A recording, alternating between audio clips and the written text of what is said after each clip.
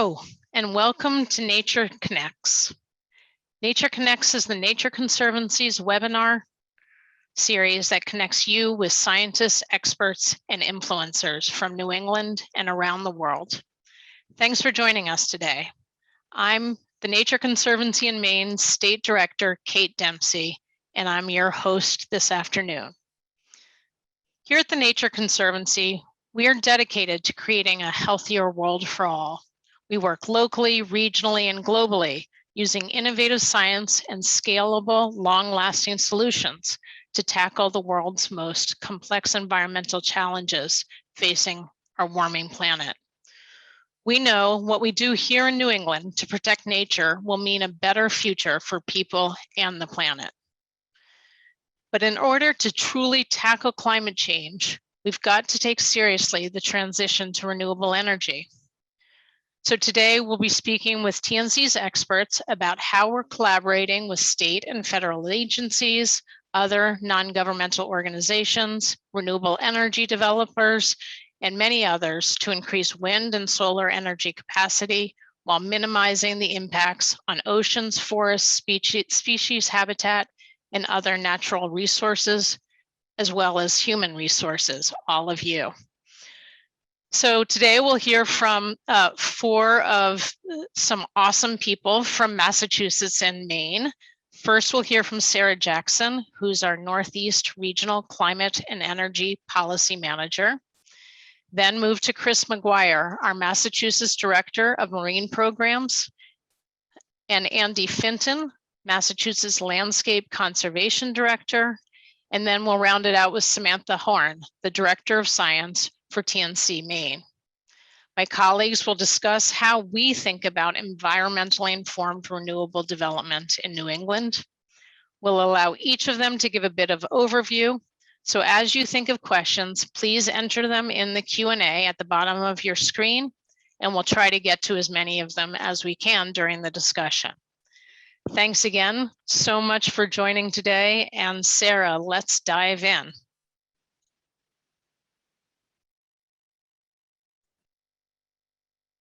Thank you, Kate.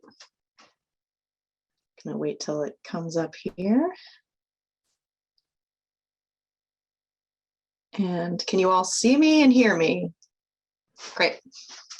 Thank you all for being here. Kate, thanks for the great introduction. I'm going to jump right in because I know we want to get to questions as soon as possible. And so I just want to start by saying I know that all of you who are on here already know and believe this, but I just wanted to emphasize that the climate crisis is impacting us here in New England already. All of these industries you see here that are very iconically New England are being dramatically impacted by the rising temperatures and by the changing climate. Our habitats are shifting, species are disappearing, and we're seeing a dramatic increase in powerful storms and disease-spreading insects. I know I've pulled a lot of ticks off of myself and my dog already this spring. Next slide, please. Here we go. Because of the seriousness of the climate crisis, we are really thrilled to see the US back in the Paris Climate Agreement. The Nature Conservancy is also committed to that 1.5 degree Celsius goal to keep warming below that level. But I think many of us know that even if all of the commitments that are currently made by states across the globe were met, by nations across the globe were met, we will still fall far short of holding global temperature rise below 1.5 degrees. We need to do more, and that means that in New England and around the world, we are going to need to rapidly transform our energy systems. We need to electrify everything that we can, and we need to start getting our electricity from clean and renewable resources. Next slide, please.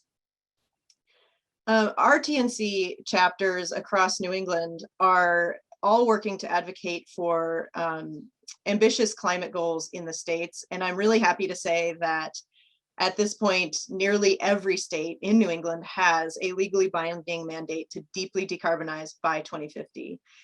Now, these mandates mean we need to make those big changes and shift the way we do things in this region. Next slide, please. So as we move to electrify our cars and trucks and our homes and our businesses, we are going to require far more electricity than we've ever needed before. This slide, which I borrowed from the recently released Massachusetts 2050 decarbonization roadmap study, shows how much electricity growth we may require based on a few different scenarios that they looked at. And I don't have my cursor, but if you look on the left side of each of these graphics, you can see where we are now.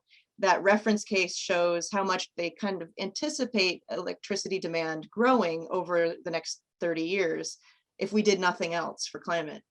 And then these other scenarios show that under certain scenarios, we're going to see just this rapid increase in need for electricity that's going to be needed to power our cars, to power our homes and businesses with clean electricity. So next slide, please. And this actually, as we move away from the coal and the oil and the natural gas that power us now in large part, we are going to need to greatly increase our build out of renewable energy resources like wind and solar while maximizing energy efficiency and weatherization. So this slide here, which I grabbed from a study by the Brattle Group that was in 2019, it shows you how much renewable energy we need to start building every year. This is an every year graphic. So what you see on the left, this very small bar, is how much we've been building every year for the last 10 years. This next smallest bar is how much we currently are planning to build every year for the next decade. And then you see these three bars. They're different scenarios that the study authors imagined and modeled. This is how much they envision us needing to build every year from now until 2050 if we have any hope of achieving a decarbonized economy. So next slide. This slide is also from that Massachusetts study, and it looks very busy, but what I'll say is it's just showing you how New England's energy generation mix could be changing over the years. So you see on the left of each of these little graphs is today, essentially 2020, and over time you see how the resources change. So you can see, oops, go back. You can see these yellow wedges at the top growing, that's solar, growing over time. It's showing how much solar we're going to need. And these are all different scenarios in which different assumptions are made about how we get from here to there. But these bars show you that no matter which scenario we're in, we're going to need a big, big increase of solar and wind. Those are the yellow and the sort of greenish blue bars growing over time. And you see natural gas, you can actually not see coal and oil very well because they're so small now, but they shrink away to almost nothing in these scenarios over time. And that's because we need to really shift off of fossil fuels in the future. So the last slide, thank you, is just, this is a modeling exercise. So don't take any of this to mean that you must have this much energy in your state in this kind of mix, but it was what Massachusetts modeled to say, where might this energy go? What states might build out which resources that would help us get to our decarbonization goals for New England, across New England. So, you know, it just shows that different states have different opportunities and different challenges in terms of resources that they might build. This was one imagining of this, but it shows that we're just going to need a lot of new renewable energy in all of our states, all across the region, in order to help us meet these ambitious goals that we've set for ourselves. And so I think that's my 5 minutes. As I pass this over to my colleague, Chris McGuire, I hope that what you'll take from this is just how big this change is that's coming our way, and how important it's going to be for organizations like the Nature Conservancy and for its supporters to engage in order to both support the rapid transition we need to make, and also to ensure that sustainability remains a deciding factor in how this transition takes place. So Chris, thanks. I'll turn it over to you now. Great, thanks so much, Sarah. So what I'm going to do is I'm going to talk a little bit about offshore wind and then hand it off to my colleagues to talk a little bit about solar. So just to start, you know, what's the deal? Why offshore wind? Interestingly, if you were to look at where people live in the U.S., something like 40% of the U.S. population lives in a coastal county, and that's certainly true for us here in New England. As we look at where resources are most abundant, the wind is stronger and more consistent offshore, and there's really good modeling to support that.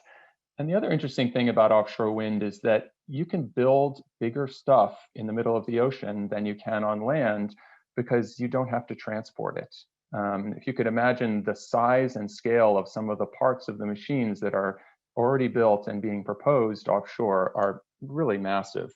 So speaking of scale, most of the land-based turbines that you probably have seen, which to me seem huge, are around 2 megawatts. That's the energy that they're able to generate. In the slide on the screen, this is the first wind farm developed off the coast of Block Island, about 12 miles off the mainland of Rhode Island. These are 6 megawatt turbines, and each turbine, the blades are about 240 feet long, and they're spaced about 0.4 miles apart. Just for scale, that nice looking sailing ship right there is 135 feet long, and the mast is 110 feet tall. So these are really large machines. But as we move out into larger projects, they're getting even bigger. In the next generation of projects, they're talking about going to a 12 megawatt turbine, which might have a 350-foot blade. This is something you couldn't possibly put on shore. How would you move a 350-foot blade down a road? So there's a really important opportunity to use offshore wind to help with our renewables. And for the Nature Conservancy, we're also really focused on ensuring that the impacts to the ocean ecosystem are as small as possible. So like all the other things in natural resource management, it's pretty complicated and nuanced. Next slide. So I like to think about how we work on renewables. We sort of work on energy policy, place, projects, and people. So as we think about our work in the policy arena with people like Sarah and our state staff experts, on the one hand, they're working to encourage governments to adopt aggressive renewable energy targets and also cite those in the most environmentally preferable ways. This figure shows the areas that have been identified by the Bureau of Ocean Energy Management, which is the federal agency that is in charge of leasing. And it's a pretty significant area. It's stretched basically from South Carolina to Massachusetts. And so there's a lot of different projects that are in different stages of proposal here. You may have heard of the Vineyard Wind project is on the far left, south of Martha's Vineyard in Nantucket, but many of these projects are in different stages of construction. Next slide, please. As I think about place, for us, this is really about where do we put things. And the Nature Conservancy has a long history and a lot of experts who talk about mapping natural resources and then trying to figure out how we minimize our siting of one thing in order to make the most of the natural resources. This is a tool that we're just developing, so you guys are all getting a sneak behind the scenes peek of this tool that we hope to release sometime early this summer. The goal of this tool is to help interested parties sort through the thousands of natural resource layers that show things like where are birds and whales and habitat and fish, like is shown on this slide. Each layer shows where an individual species is, which is really great, but it's hard to figure out exactly which ones to look at. And there are these data portals that the states have built that have 10,000 layers, and you couldn't imagine going through them one at a time. So what this tool does is it allows you to draw a box, which is shown as the sort of pentagon in the bottom right there. You could put that box anywhere in the ocean, and then the tool will pop out for different species, what are the things that are most abundant and how in a particular area. And that allows somebody who's interested to focus on the species that are actually in the area and not to spend a lot of time clicking through layers hoping to find something.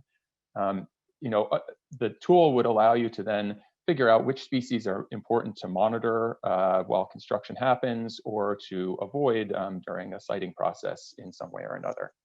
So we've been working really closely with state agencies from Maine to South Carolina to develop this tool and look forward to rolling it out later this summer. Next slide.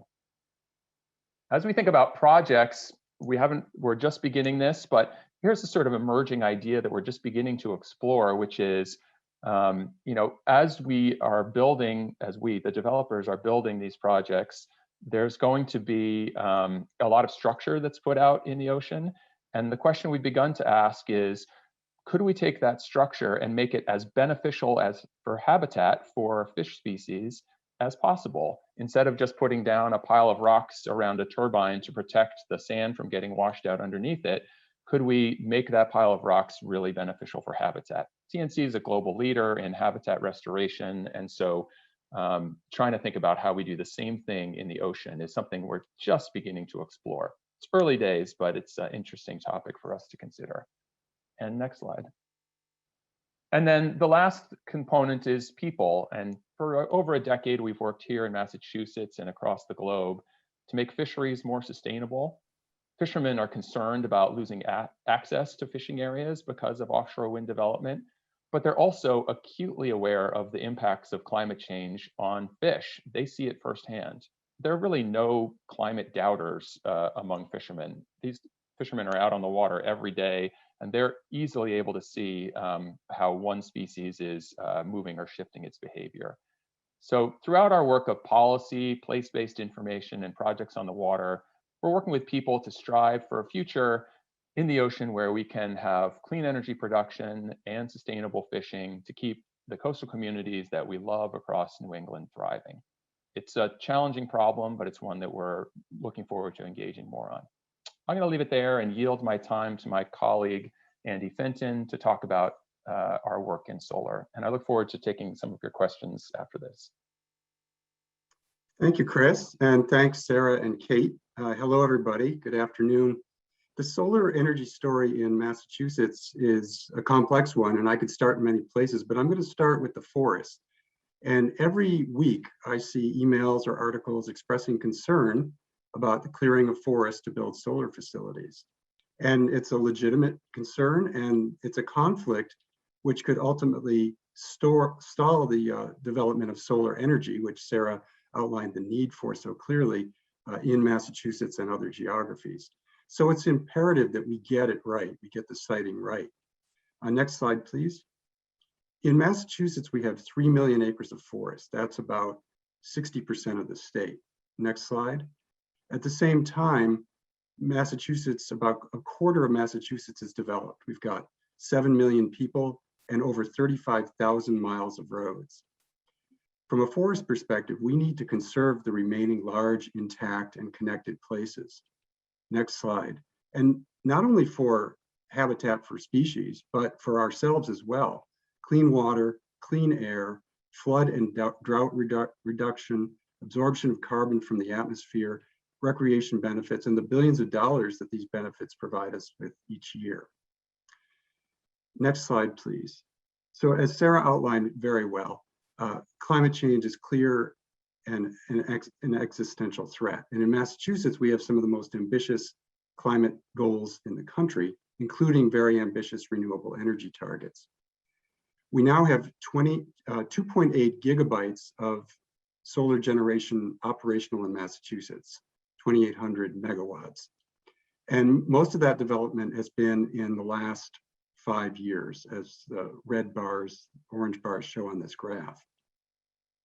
Based on that same decarbonization roadmap in Massachusetts that Sarah mentioned, solar capacity needed by 2050 is estimated to be 10 times what we have now, or 20 to 23 gigawatts by 2050. One of the challenges of these solar impacts is to get the siting right. The implications to forests and lands in Massachusetts is big, and we could be, the estimates range from 30,000 to 150,000 acres of forest and land needed to get to that solar target. So our goal is to get the siting right. A picture's worth 1,000 words, and if we were all in the same room together, I'd ask for show of hands. Who's been to the Natick Mall? So feel free to raise your hand at home. Whether you have or have not, this is the Natick Mall, Natick, Massachusetts, and what we're looking at is the rooftop of Macy's. That red arrow is Macy's, and we see a solar array there. So at one end of the spectrum, this is an area, this is an opportunity to build solar on this rooftop and the parking lots in and around it that has very little impact to solar, to to habitat and habitat values. And I'll take a moment to note that my perspective is very focused on habitat, but there's certainly other values relevant to siting, like visual impacts, environmental justice as well. Next slide, please. If we zoom out, this is a little murky, but there's that same Macy's rooftop at the southern end. Thanks. And in the same, literally in the same shot, we see in the top of the picture in the middle is the solar array in the clover leaf of the Massachusetts Turnpike.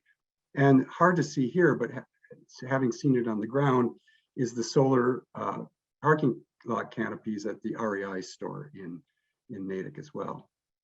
Next slide, please. Now, along the spectrum, moving west, this is central Massachusetts. In Orange, Massachusetts, we see a solar array tucked between some housing developments and the local airport to the south. Now, it's clear that some natural area was cleared for this solar array. At the same time, it's a minimal impact to habitat because it's not a large intact landscape, it's an already fragmented landscape. That being said, I do want to acknowledge that while some people enjoy the beauty of solar arrays, some people in that housing development from a visual standpoint may or may not appreciate the solar array. Next slide, please. And finally, at the other end of the spectrum, this is a solar array in Shutesbury, Massachusetts, carved out of the middle of a large intact forest with big impacts to the fragmentation, integrity of the forest and the benefits that that forest provides. Next slide. So from a hierarchical standpoint, we're aiming for more solar development in the built environment and over development in moderately fragmented areas over areas in unfragmented areas. So how do we guide development away from sensitive habitats in an objective and science-based approach? Next slide, please. In Massachusetts, we're fortunate to have a credible, robust, and widely accepted data source representing exemplary ecosystems, rare species habitats, and intact landscapes, titled Biomap 2. The data were developed in 2010 through a collaboration between the Nature Conservancy and our state agency partner, the Division of Fisheries and Wildlife. And we are currently working with that same state agency to develop Biomap 3. Back to the next slide, please, and then back to solar. So in 2017, our state Department of Energy Resources launched the Massachusetts SMART program, Solar Massachusetts Renewable Target. I usually don't try to say that for obvious reasons. And this program was designed to incentivize the development of 3.2 gigawatts of additional solar energy. And it launched, as I said, 3 years ago, a little more than 3 years ago now. And the program has been very successful. Already 1,600, almost 1,600, about half the energy has either been developed or has been approved. The challenge is that a majority of the projects early in the capacity were directed toward ground-mounted solar in otherwise undeveloped areas, including forests. So in a 2020 review of the program and revisions, the Department of Energy Resources used land use guidelines that employ Biomap 2 to direct solar toward the built environment and away from sensitive habitats. This slide represents their data viewer, which guides developers and communities in applying land use guidelines. So to wrap up, I don't want to be a Pollyanna, but I really believe we can have our cake and eat most of it too. Of course, there'll be compromises and it won't be perfect, but we have the opportunities and the data to support it, to build a lot of solar and avoid and minimize the impacts to sensitive resources. We're seeing similar mapping and tools developed around the country and around the world, actually. And my colleague, Samantha Horn from Maine, is going to give us another example now. Samantha. Thank you, Andy. Hello, everyone.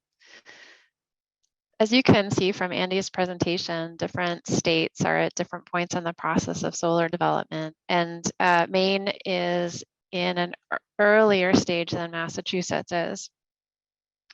There have been in recent years a dramatic increase in incentives for solar development.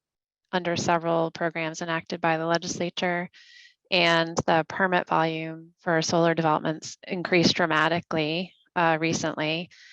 We're not quite as far along in the process of understanding and learning exactly how these incentive programs will be structured as Massachusetts is, and so we're still very much in the design phase of that. Another difference is that Maine has a much higher percentage of undeveloped land, as you can see from this map, which includes the public roads in Maine. It looks pretty different from the Massachusetts map. So we have a lot of undeveloped land. And I wanted to just point out that it leads to a pretty substantial location of solar facilities on greenfield sites as opposed to developed areas, which is, you know, as Andy pointed out, an important distinction. Next slide, please. Maine has pretty good protections for resources like wetlands and endangered species. And, you know, we're grateful that we have good regulations in that regard. And we're also focused on maintaining large connected areas of undeveloped habitat. You know, Andy referenced this, and it's really important for climate resilience, for biodiversity, as well as just ecosystem function. What this slide is an example of some mapping we're doing to identify undeveloped blocks of habitat and the connections between them.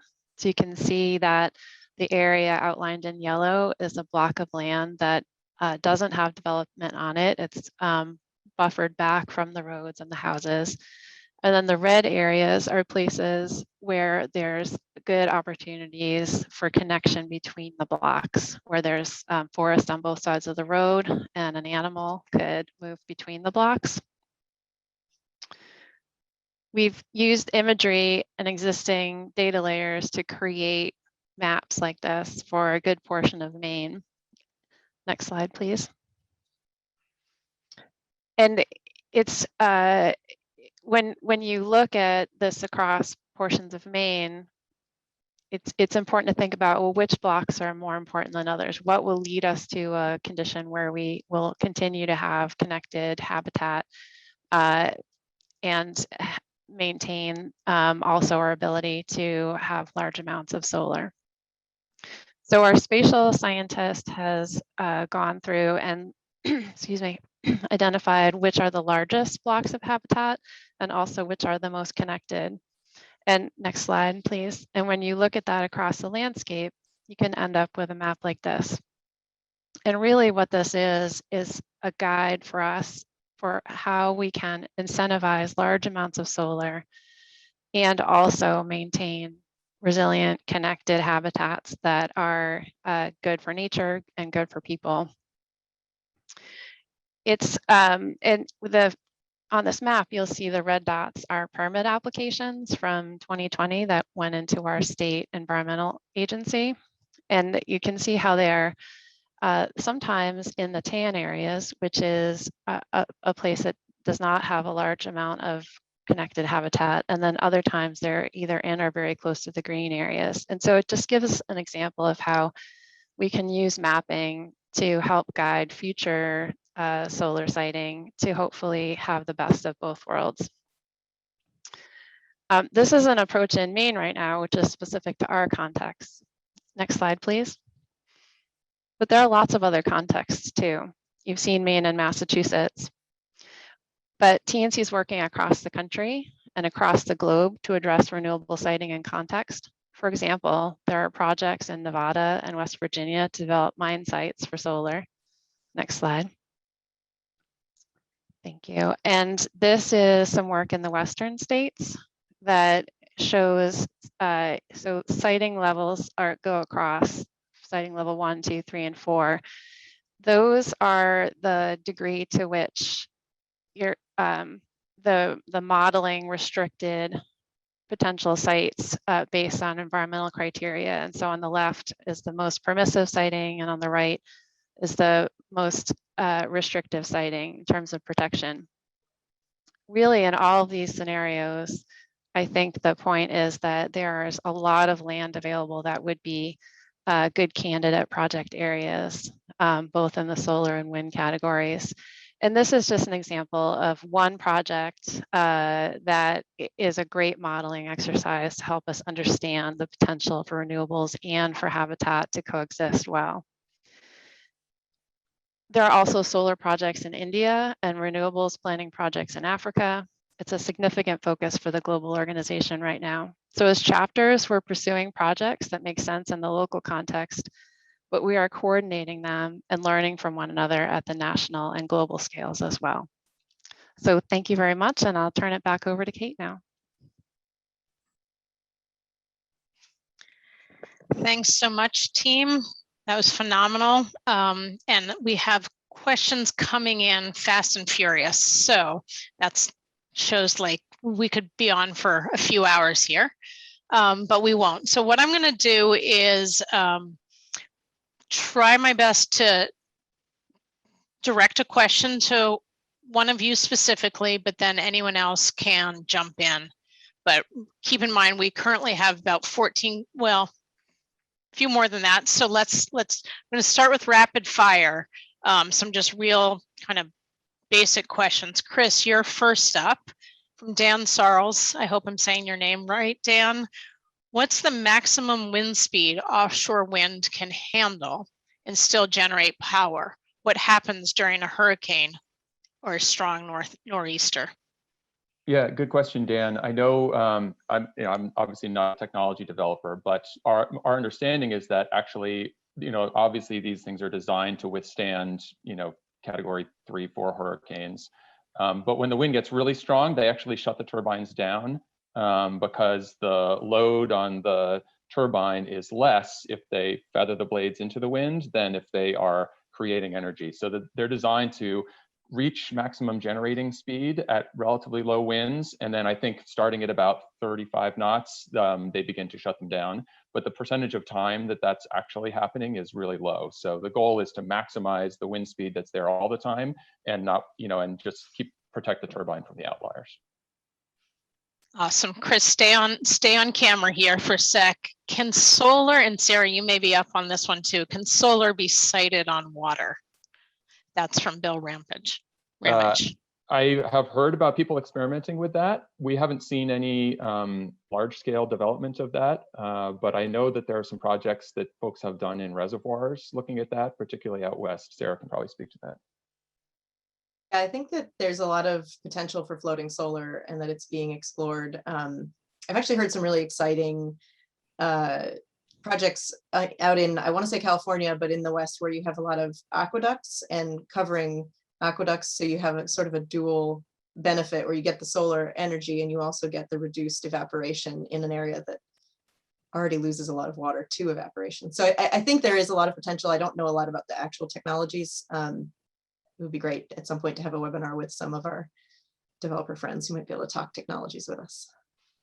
Well, while we're talking technology, several of you may be able to handle this one. I might be able to jump in a little, but Alan Clark asks, are there any opportunities for pumped hydro storage? It's being talked about as a big opportunity compared to batteries. Sarah, you want to start? Yeah, and I've seen some of those studies that look at pumped hydro capacity around the world or potential capacity. I think in New England, we have a couple, I want to say 2, possibly 3 pumped storage facilities in New England. I think based on just our waterways and the way things are built out around here, there's not a lot, somebody could correct me if they know this better, but I think there's not a lot of potential in New England for additional pumped storage based on a lot of the land use concerns that we've been talking about throughout this panel. But I think there have been some projects where pump storage and hydro operators are actually combining forces with batteries to sort of bring more benefit without additional ecological impact. So I think those are kind of the more interesting projects that I see. Chris, anything to add on that one? No, not really. I mean, yeah, I don't know too much about that. Okay, great. Well, we'll do some follow-up and happy to get some more details out. All right, Samantha and Andy, I'm going to do a little bit of a rapid forest solar questions. We got a series. You answered a lot of these in your presentations, but I think there's a lot of audience concern trying to dig into, how we achieve the balance or consider where solar should be sited, and everyone's really understanding now the benefits of our soils, forest health. Could you just one of you start off with giving a frame again, just how do we think about that balance as an organization? What are the things we're considering? Do you want to go ahead, Andy? Sure. We know we need to get to scale with renewables. So that's a bottom line framework.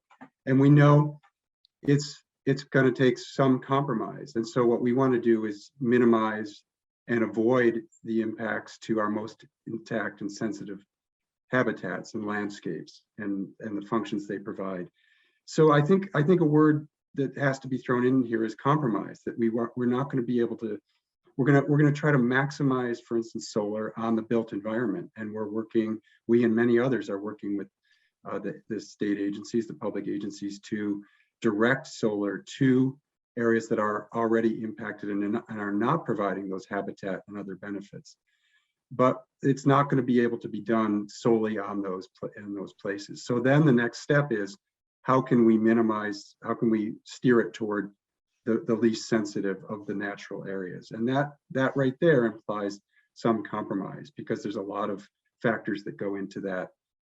Data inputs, environmental justice, input from local communities and other stakeholders. So avoid and minimize impacts, involve stakeholders, and develop policies that support that is how I'd respond to that. And I would just add that I think the mapping work that's been happening in a lot of places within TNC and with partners is a key foundational element that's needed in order to develop policies that really effectively create movement to the least impactful areas. And so it's that combination of stakeholders working together on the policy and having good foundational science that really makes it all possible. And Samantha, Kate, yeah, go ahead, Andy. Sorry, so I did see one question in the chat that I really, it's nagging me and I want to make sure I hit it. Is my perspective was very forest focused, and farmland soils are precious throughout the region and in Massachusetts in particular, well, from my perspective. And so there are the same policies that I'm engaged with our state agencies are also focused on trying to maintain and protect those precious prime agricultural soils with technology and policies that provide for dual use. The challenge is that we want to protect those soils, and we want to allow farmland landowners to optimize the use of their land, including deploying solar where appropriate. That was exactly what I was going to ask. And Samantha, you want to add a little color from Maine and the Climate Council and also the mapping work we're doing? Yeah, I mean, I think what Andy said is definitely the goal, is to allow farmers to get some revenue. You know, it's always a tough, it's an admirable and a tough job to be a farmer. And so it's important to have policies that allow farmers to take advantage of solar energy and other types of renewables when it makes sense for their particular farm. And so there's a lot of discussion right now amongst the Climate Council working groups to think about how to best create policies that will encourage solar development in places on the farm that are the least impactful. So, you know, maybe there are portions of the farm where there is built structures that could be used for renewables, or areas that are not in active farming, or, you know, other combined renewables and grazing kinds of opportunities. Lots of creative thinking about how to make it possible to keep that soil health intact and to increase our renewables and make it easy for farmers to generate some additional income. Excellent. So Andy, stay here for one more minute and then we're going to switch around a bit.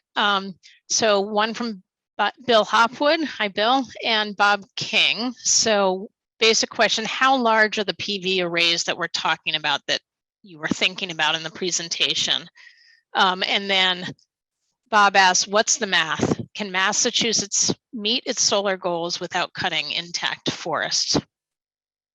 The first answer about the size, Sarah, correct me if I'm wrong. I think these are in the 5 to 10 to 15 acre range, size-wise. Yeah, well, if you were referencing smart projects, go up to Right. 5. They go up to 5 megawatts. Okay, and 5 megawatts represents about 20 acres. So I think these are in the 5 to 10 to 20 acre size range, the arrays I was showing. The rural ones, not the Macy's rooftop. And Bob King's question one more time. Kate? Oh, I may have lost it. Bob's was, they're Sorry. coming in fast and furious. I can actually, I think I see it. Okay, great. What's the math? Can Massachusetts meet its solar goals Thank without cutting intact forests? I think the answer to that is unequivocally yes. But again, it gets to the compromise. We have a lot of forests in Massachusetts, and there will be areas that need to be converted. But if we can steer those to areas that are providing fewer of those intact landscape functions, carbon, habitat, we can be successful. So we can protect the most important or sensitive habitats, but we can't protect all the habitats, and the math will work. Okay, we're going to get in a minute to some higher level, kind of more overview philosophical questions. Chris, I'm going to go back to you.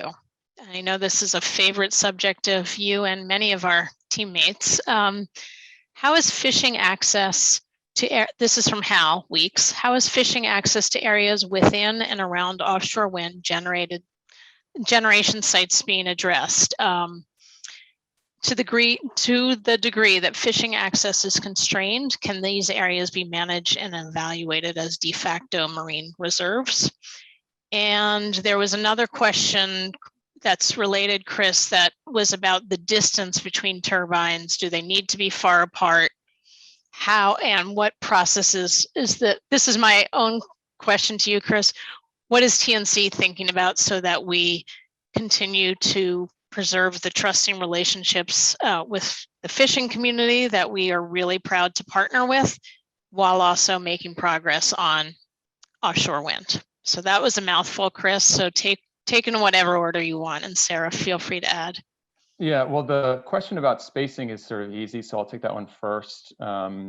It's basically has to do with the shadowing effect from the turbines. And so the bigger the turbine is, the farther apart the turbines need to be placed in order to keep from the wind shadow blocking the neighboring turbine. And there's a relationship of 8 times the diameter of the rotor sweep or something like that. But that's like a formula for the most part. So bigger turbines are going to be farther apart from that perspective. To the question about fishing, interestingly, the experience in Europe has been that most of the wind farms in Europe are closed for all fishing activity or for commercial fishing activity. And here in the US, federal agencies and state agencies have really taken the opposite approach, and we support this, is to basically try and do whatever we can to make areas fishable and as fishable as possible. And so in the Block Island example, which is really the only one in our neighborhood, the only rule related to fishing is you can't tie up to the turbine. So it's actually become the most popular recreational fishing spot in Rhode Island. And the goal of a lot of the developers in trying to work with commercial fishermen is to figure out how to make it as easy as possible to operate between the turbines safely. There's a lot to learn. These machines are much larger and spaced farther apart than they are in Europe. And in Europe, people don't really fish through the turbines, as I mentioned. And so this is a learning area that we're going to need to develop. To the question about how you would manage for like a closed area. So in Europe, they are doing that because from the beginning, they've taken the position, they being the sort of government regulators, have taken the position that there will be no fishing in wind energy areas. But again, here in the US, we're taking the opposite approach and trying to preserve access. And it really depends on how vessels fish. So you could imagine, a small, like a lobster boat, could pretty easily fish between, turbines that are spaced a mile apart. A big offshore dragger, maybe would be a little bit harder. So I think that we may see some changes in what gear is fished in areas, and that could provide some actual opportunities for small boat fishermen. Thanks, Chris. Anyone want to add anything to that? Samantha or Sarah? All right, we're going to move to Sarah's favorite topic, the ISO New England grid. Hawk Metheny says, Sarah, well, I'm saying Sarah. He didn't say Sarah, but Sarah, can you speak to how the ISO New England grid would need to be enhanced to handle the 10 times increase in electrical generation, and how can siting impacts be addressed? We've already kind of talked about that piece, but talking about that, the ice, how the grid can grow as big as we need it to grow, and is distributed generation a viable alternative? Excuse me. There's a lot there to unpack. I feel like we could have a whole other webinar just on that. One thing I'll say is it's going to be critically important for the ISO who operates our grid, our bulk grid, to be a partner in this, in helping states meet their goals and in helping to bring the renewable energy online that we need to have online.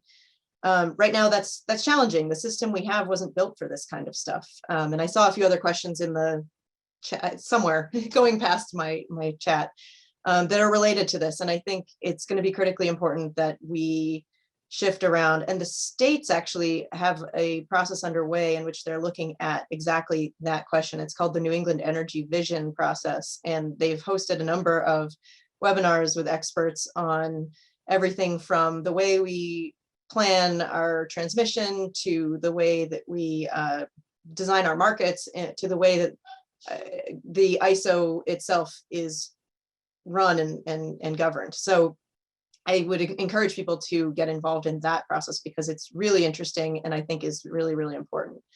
That being said, these changes are going to have to happen not only at the bulk, the high level power lines that the ISO is in charge of, but also at the distribution level, which is operated by all of our utilities. And, that work is, we're going to need to be making system upgrades in places to allow more residential or community projects to be put online. It's also, we need to better understand the benefits because in a lot of ways, distributed energy will reduce the costs of investing in that infrastructure. And so there's going to have to be a better understanding of both sides of this. And, if you can put generation or reduce burden on certain areas of the grid, you actually help it operate better. But, with the numbers we're looking at, the magnitude we're looking at, we're going to have a system that works to support our distributed resources that we're hoping to put on, our utility scale resources that we're going to need to connect, and our really big resources like what we're talking about in the offshore wind world. How do we bring those ashore while minimizing the impacts on, the coast and on the seafloor? And so I think that there's just a lot that needs to be done, and people are working on that. We're involved in a number of those forums, and also, I think the states are really working toward that right now. And Kate, if I could just add Please. that I think in Maine right now, where the ability to add new generating facilities onto the grid is fairly constrained by grid capacity, where that grid gets built out is going to have a really big influence on where generation gets built, and therefore what kinds of land uses where that generation lands. So some foresight and some early intervention in the grid planning process is going to really be good for a long-term habitat outcome. So as people are participating in these discussions, just having that sort of a few steps down the road thinking in place will make it easy to site renewables well as more and more gets added. Sarah's chart was dramatic about how much we're going to need to build, and so let's make it easy to build in good places. Yeah, someone in the chat earlier referenced, can we learn from the past, and with the assumption that we have as a country made some mistakes in the past. Samantha and I have talked quite a bit about the interstate highway system. And I can pretty much wager and know some direct impacts of how that highway system was built that had real damaging impact on, especially on brown and Black communities across the nation. And that's something we just have to take so incredibly seriously, that we don't repeat the siting mistakes of big infrastructure. And there is this incredible urgency. So speaking of urgency, there's a question from T. Oakley Jones that I'll start with an answer that'll give you all a chance to think about. 2050 is a long way off, and major programs will cut across generations. Success will come by shared urgency, and that is usually driven by short 2 to 3 year cycle milestones. The question is, how do we obtain shared urgency for short-term goals against such large long-term objectives? That's a brilliant question, and one I think we think about all the time. One of our colleagues down on Long Island used to say, talking to municipal leaders, now think about it, it's Long Island, like the Cape, right? Where water incursion is a real issue, is like going and telling someone to worry about a big snail coming your way. Now, that snail's coming a lot faster now. It's gotten some turbocharge. But I think what we've really focused on kind of at the 50 state level is that action does need to happen in states and in regions. And part of that action needs to involve those closest to the ground. So the people who, municipal officials who are eager to cut tax rates, you know, they're really great places. Annie was talking about getting solar on those buildings as fast as possible and creating incentives to do that. It shows the public what's possible. And we know from social behavioral research that if you can show, people's minds will change because they see it in front of them. The other thing, you know, this is your question about urgency. It's perhaps a place where we also can learn some more lessons about what we as a movement, the conservation environmental movement, have not done great. We believe that if we give people enough data, they'll just want to do the right thing. And that's not how human behavior works. And when I'm talking about dams, I say fish don't take down dams, people do. So, you know, we've really got to get better as a whole community of thinking about how to create urgency and understand that we can act now and make a difference in our direct lives right now, instead of talking about future generations, is this generation. So you can tell that's one I'm passionate about. So anyone else want to jump in on that? I wanted to just add that I think another way of thinking about it is the infrastructure investments we make now will last generations. And we hear it a lot when we're saying, you know, we'll just put in one more pipeline or build one more gas peaker plant, and that thing will be around for a long time. And so we have to be really careful. The decisions we make today do affect us in the time frame we need to achieve deep decarbonization. 2050 feels like a long way away, but it's getting closer all the time, you know. And I think that we hear a lot about the next 10 years and how important they'll be, and a lot of that is around, because what we start to do now, what we put in place now, sets us on the path. And if it's the right path to 2050, great. But if it's a path that's going to take us deeper into a reliance on fossil fuels, that's going to make it that much harder, that much more costly, and, you know, take the benefits from future generations, whether it's my children or, you know, my children's children, whoever, you know, it's going to last that much longer. So I think that's another important thing, is what we build now and decide now will impact that future. Thanks, Sarah.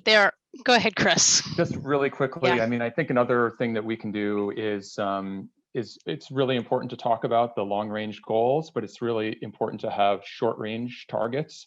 And I know, for example, in the most recent Massachusetts climate bill, there are like targets for every 5 years. And I think that that's the type of thinking that's really important, because, like using the snail analogy, is a really good one. People suck at long-term goals. I talk about this with my kids all the time when they have a big assignment that they're trying to do for school. How do you break that down into little pieces? And that's what we need to start doing in this process as well.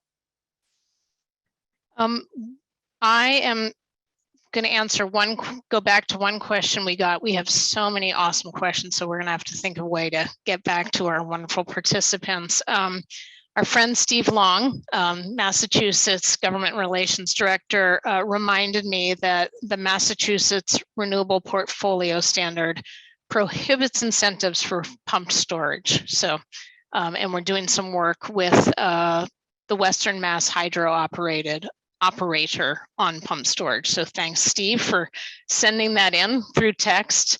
And so why don't we do a rapid close here. Anything that you want to make sure you say and leave with this amazing audience of 150 folk, or any questions you saw that you just really want to make sure you speak to. So we got about 4 minutes, team. So why don't we go in the same order that we began. So Sarah, you first. Okay, thank you. I think we've said a lot of great stuff here and learned a lot. My key point I want to emphasize is just how important it's going to be for us all to work together in the same direction. Conservation groups, other environmental groups. We need to recognize the needs of all people and animals and nature, because we need to be in this together. We can't do it without cooperation, collaboration. Chris, you're up next. Yeah, I think, one of the big challenges that we're facing here is that we're trying to tackle a problem that's so massive in scale. And I think Sarah did a good job at putting that together, that it requires a little bit of careful risk taking while being precautionary in all of the ways that we possibly can.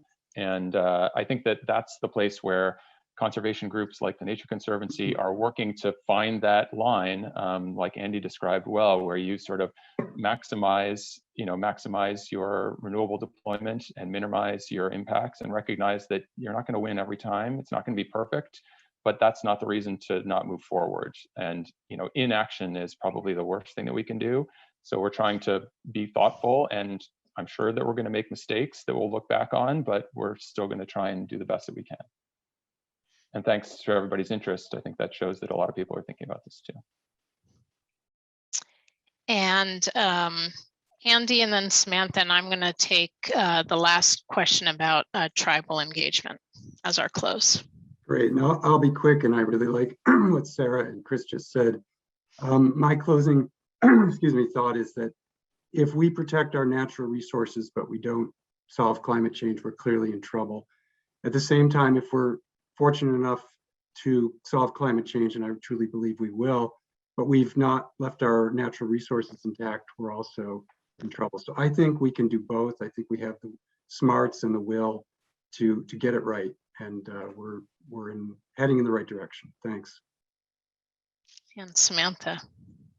And just taking what Andy said and then extending it to the sort of practical aspect. I saw a lot of questions in the chat about the practicality of different kinds of installations. And I think what we've learned from talking with colleagues and partners is that the context in different places is really different. And we're going to have solutions that work for the place. It's not going to be a one size fits all solution, but that we can learn from each other. And so if we're each focused on the kind of goal that Andy just articulated, but do it in a way that makes sense locally, I think that's how we're going to be the most successful.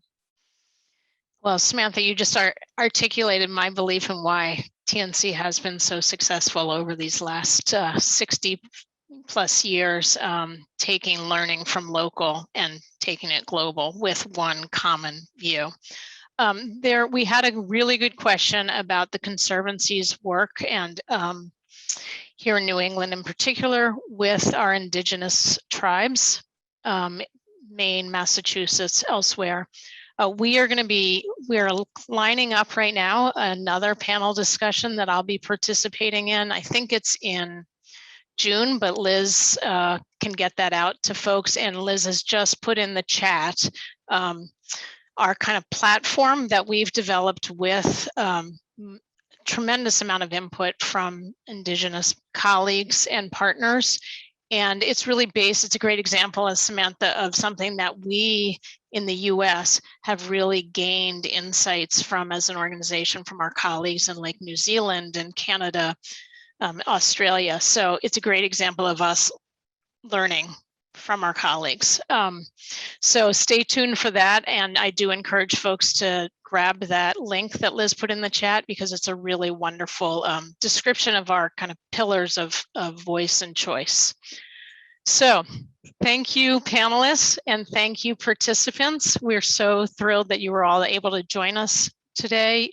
Certainly it is all of you out there who make our work possible. We'll be sending everyone a follow-up email over the coming days. Try to answer many of the questions that we got. And if you've enjoyed these webinars, please share them with your friends, make a donation, and come join us for more. Next week, we're gonna have some special Earth Day events. Let me just look at my notes here.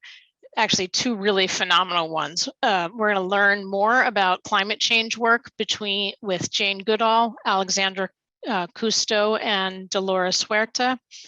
That's on April 21st. And on Earth Day itself, we'll have TNC's relatively new CEO, Jennifer Morris, with our brand new chief scientist, Catherine Hayhoe, and many other special guests, including a young woman from Bangor, Maine, who's 16 years old. And I'll tell you, she's probably our next Rachel Carson. It gives me shivers just to think about these young people who are already acting. So thank you all for joining us, and we'll see you soon.